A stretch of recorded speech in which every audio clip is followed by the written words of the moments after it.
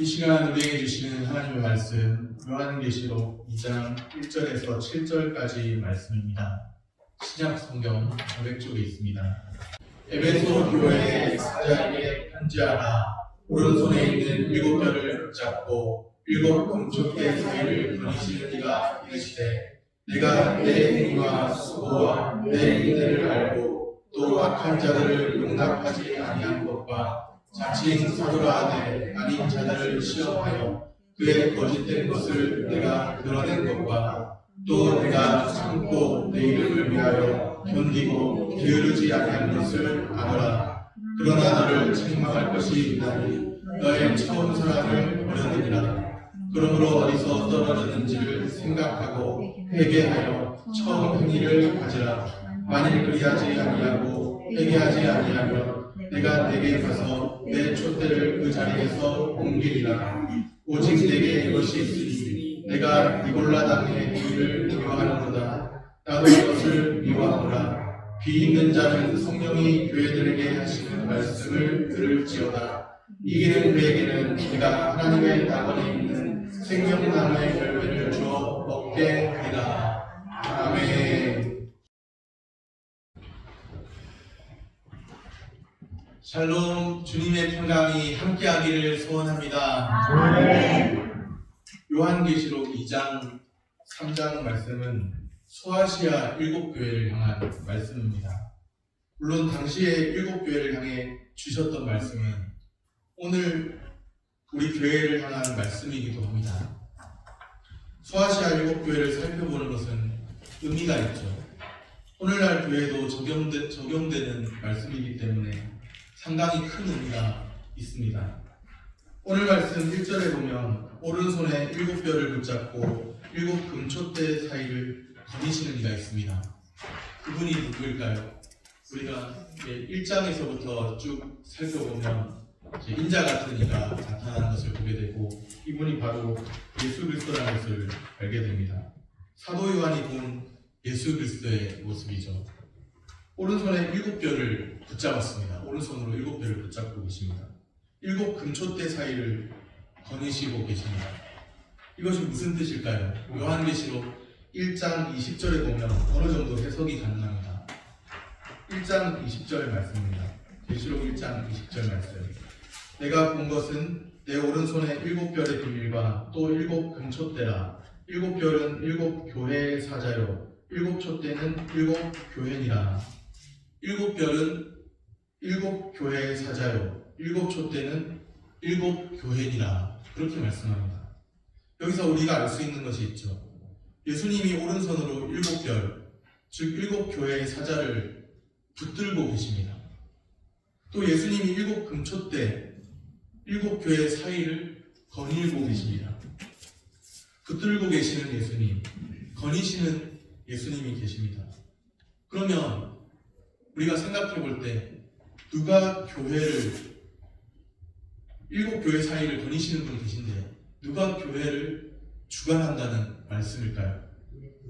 교회는 한두 사람으로 좌우되는 공동체가 당연히 아니죠. 예수님이 주관하시는 생명 유기체입니다.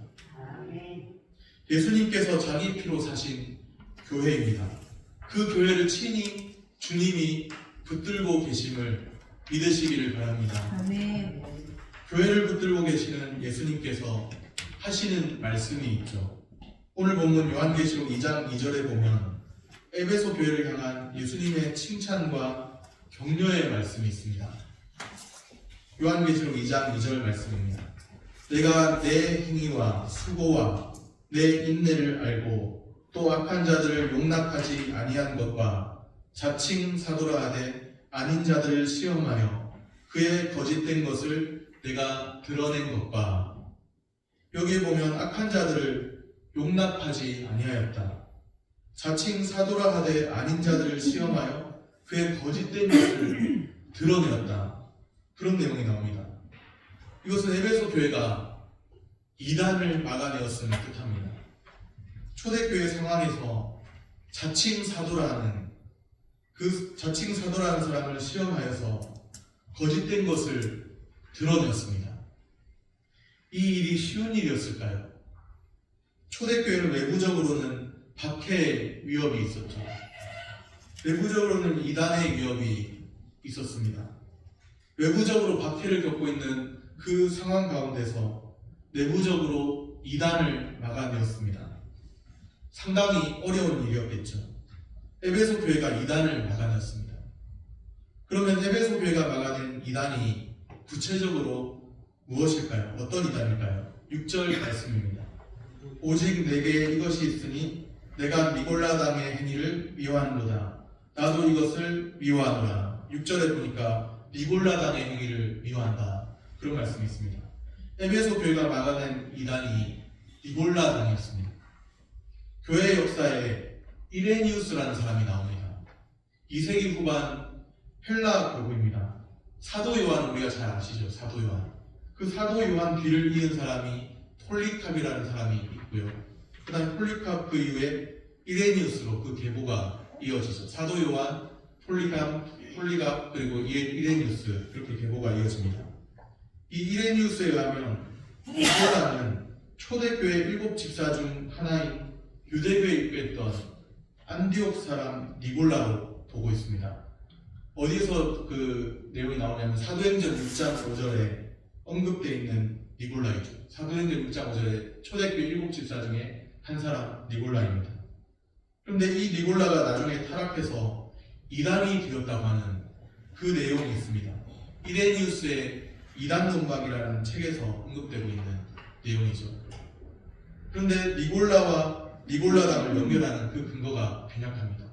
이레니우스의 논리대로 하면 이제 니골라, 초대교회 7 집사 중 한 사람이었는데 유대교에 입교했던 사람이었고 유대교에서 이제 탈퇴해서 기독교로 개종했던 사람인데 그 사람이 나중에 이제 유대교에 반대하는 율법 폐기론적인 어떤 그런 이단이 되었다. 그런 내용인데요.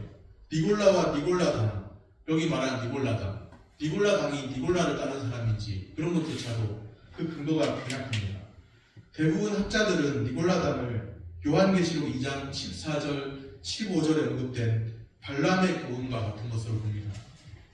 2장 14절에 보면 발람의 교훈이 나오죠.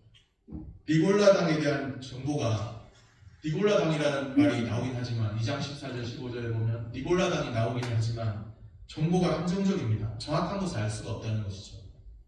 여하튼 에베소 교회는 니골라당이라 불리는 이단을 막아냈습니다. 오늘 우리 교회에 혹시라도 신천지가 들어왔다고 한다면 찾아내기가 쉽지 않을 수 있는데 니골라당이라고 하는 이단을 막아낸 것이 쉬운 일이 되었습니까? 참 쉽지 않았을 것인데 그 이단을 막아낸 거예요. 이단을 물리치고 진리를 하수하는 것, 에베소 교회가 참 잘한 일이죠. 교회의 바른 말씀이 선포됩니다. 바른 말씀에 근거해서 이단을 식별하는 눈이 있는 거예요. 그래서 딱 들어왔을 때 신천지가 딱 들어왔는데 낌새를 벌써 알아차리고 우리 교인 중에 벌써 이 사람은 신천지야 몇 마디 나눠봤더니 그 정도의 어떤 영적인 민감함이 있다는 것이죠. 에베소 교회에 그런 니골라당을 막아낼 정도의 영적인 민감함이 있었습니다. 바른 말씀이 선포되고 바른 말씀에 근거해서 이단을 식별하는 분별력이 있는 거예요. 이것은 참으로 중요한 것이죠. 교회는 본질에 충실하고 바른 말씀이 선포되어야 합니다. 교회가 복음 본질에 충실하고 바른 말씀이 선포되기를 바랍니다. 늘 깨어있는 교회 되기를 소원합니다. 칭찬과 격려의 말씀을 먼저 한 이후에 책망의 말씀이 기록되고 있습니다. 칭찬과 격려의 말씀이 먼저 나옵니다. 그래서 어떤 목사님이 그러시더라고요. 책망을 할 때도 책망을 먼저 하는 것이 아니라 성경의 원리대로 칭찬과 격려를 먼저 하고 그 다음에 온유함으로 그리더라도 온유함으로 고치지 않는다. 그렇게 하긴 하죠. 책망을 하기 전에 먼저 칭찬하고 성경에 나온 것처럼 칭찬과 격려의 말씀이 먼저 나옵니다. 이것이 참 중요합니다.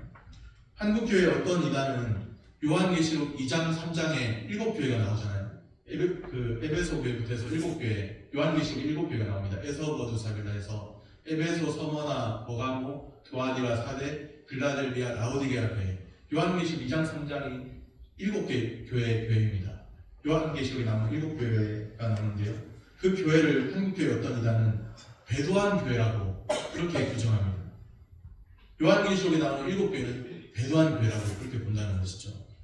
그래서 칭찬은 없고 책망의 말씀만 가득하다 그렇게 말을 했는데, 사실 칭찬과 격려의 내용이 분명히 기록되어 있습니다. 또 그 내용을 보면 결코 배도한 교회로 규정할 수가 없죠. 교회를 향한 주님의 애정이 담긴 마음을 볼 수가 있습니다. 칭찬과 격려 이외에 책망의 말씀이 나옵니다. 칭찬과 격려가 먼저 나오고 책망의 말씀이 그 이후에 나옵니다. 그러면 책망의 말씀은 무엇일까요? 칭찬의 말씀은 이단을 잘 막아내었던 것이라고 한다면 책망의 말씀은 무엇일까요? 4절 말씀입니다. 그러나 너를 책망할 것이 있나니 너의 처음 사랑을 버렸느니라. 처음 사랑을 버렸다는 것이죠. 에베소 교회를 향한 책망의 말씀은 처음 사랑을 버렸느니라. 바로 이 말씀입니다. 요한계시록 2, 3장의 교회를 배도한 교회로 규정하고 싶어하는 이단들이 볼 때 처음 사랑을 버리지 않았느냐. 이 말씀은 딱 써먹기에 좋은 구절입니다. 예수를 처음 믿을 때 그 사랑, 하나님을 향한 사랑은 이제는 다 사라져버렸다. 그래서 교회는 배도의 길을 걷게 되었다. 이런 논리로 간다는 것이죠. 그런데 처음 사랑을 버렸다는 이 말씀은 문맥을 통해서 해석되어야 합니다. 그 문맥은 에베소 교회가 이단을 막아낸 일과 관련되어 있습니다. 처음 사랑은 바울을 통해서 복음을 처음 받았을 때 그 뜨거운 사랑을 의미합니다. 이것은 하나님을 향한 사랑도 있겠지만 형제를 향한 사랑까지도 포함되는 말씀이죠. 에베소 교회는 이단을 분별하느라, 이단을 배척하느라 교회에 들어온 사람들을 의심하고 비판했습니다. 교회에 처음 사람이 들어왔는데 이단들이 많이 있다 보니까 혹시 이단 아니야? 혹시 그런 생각을 했다는 것이죠. 그 과정에서 형제에 대한 사랑이 약해지고 또 열심히 식게 되었죠. 처음 사랑을 버린 에베소 교회에 주신 메시지는 처음 사랑을 회복하라. 바로 이것입니다. 교회가 어떤 곳이어야 합니까? 진리와 사랑 사이에 균형을 갖춰야 합니다. 분명히 바른 진리가 있어야 하지만 진리가 있다 하면서 사랑이 없다면 생각해 볼 일이라는 것이죠. 교회는 진리와 사랑 사이에 균형을 갖춰야 합니다. 거룩한 사랑의 공동체가 되어야 합니다. 사랑이면 다 좋지 않은가 하고 거룩이 빠져버리면 안 된다는 것이죠. 거룩한 사랑의 공동체가 되어야 합니다. 교회는 은혜와 진리의 공동체이어야 합니다. 아버지의 독생자의 영광을 보니 은혜와 진리가 충만하더라. 그렇게 말씀했는데 교회가 그런 곳이어야 합니다. 은혜와 진리가 충만해야 합니다. 은혜가 넘쳐난다고 하는데 진리를 상실했다면 그것은 균형을 잃어버린 것이고, 반대로 또 진리가 있다 하는데 은혜와 사랑이 빠져버렸다면 그것 또한 균형을 잃어버린 것이죠. 교회는 은혜와 진리의 공동체이어야 합니다. 아버지의 독생자의 영광을 보니 은혜와 진리가 충만하더라. 교회가 바로 교회 머리 대신 그리스도가 그러하신 것처럼 교회가 바로 은혜와 진리의 공동체 되어야 합니다. 은혜와 진리, 사랑과 진리 둘 중에 어느 하나만 사라져도 교회가 온전할 수가 없습니다. 이단을 막아내었다 하지만 형제 사랑을 버린 에베소 교회를 보십시오. 책망을 듣지 않습니까? 하나님 사랑도 중요하지만 또 하나님을 사랑하는 만큼 형제를 사랑해야 합니다. 눈에 보이는 형제를 사랑하지 못하면서 눈에 보이지 않는 하나님을 사랑한다고 할 수 있을까요? 전에도 제가 말씀드린 적이 있지만 안하무인이면 안상무신이라니. 안하무인 무슨 말입니까? 눈 아래 사람이 없는 거죠. 눈 아래 사람이 없는 사람은 안상무신, 눈 위로도 신이 없는 거예요. 하나님이 안 계신 거예요. 눈에 보이는 형제를 너무 소홀히 여기면서 함부로 대하면서 그러면서 눈에 보이지 않는 하나님을 사랑한다고 그렇게 말할 수 있겠습니까? 교회는 불타는 진리가 있어야 되고 또 그 불붙은 진리에 걸맞는 합당한 불붙은 사랑이 있어야 합니다. 하나님 사랑과 형제 사랑이 나타나야 합니다. 참 교회가 어떤 교회인가? 참 교회는 건전한 교리와 건전한 교리의 일치와 형제적 사랑으로 그리스도와 연합된 교회라고 어느 누군가가 말했었죠. 저도 상당히 공감되는 말씀입니다. 제가 한 말은 아니고요. 유명한 종교개혁자가 한 말인데, 참 교회는 건전한 교리의 일치, 건전한 정신의 일치가 있어야 합니다. 그리고 형제적 사랑으로 그리스도와 연합된 교회여야 합니다. 진리가 있고 사랑이 나타나는 교회이어야 합니다. 오늘 우리 교회는 어떤가요? 말씀에 대한 바른 선포가 나타나야 하고, 또 이와 동시에 은혜와 사랑을 회복하는 공동체가 되어야 합니다. 말씀에 흥왕함이 있기를 바랍니다. 각 사람 심령마다 부흥의 역사가 나타나기를 소망합니다. 주 예수의 은혜를 함께 갈망하기를 바랍니다. 성도의 참된 교제가 우리 가운데 나타나게 되기를 소원합니다. 오늘 우리 교회는 은혜와 진리의 공동체 되기를 소원합니다. 말씀을 정리합니다. 교회는 본질에 충실하고 바른 말씀이 선포되어야 합니다. 교회에서 복음의 진리가 상실되어 버린다면 그것은 벌써 교회라고 할 수가 없는 것이죠. 교회는 본질에 충실하고 바른 말씀이 선포되어야 합니다. 교회는 은혜와 진리의 공동체이어야 합니다. 오늘 우리 교회가 복음 본질에 충실하고 바른 말씀이 선포되는 교회 되기를 소원합니다. 은혜와 진리의 공동체 되기를 축복합니다. 기도하겠습니다.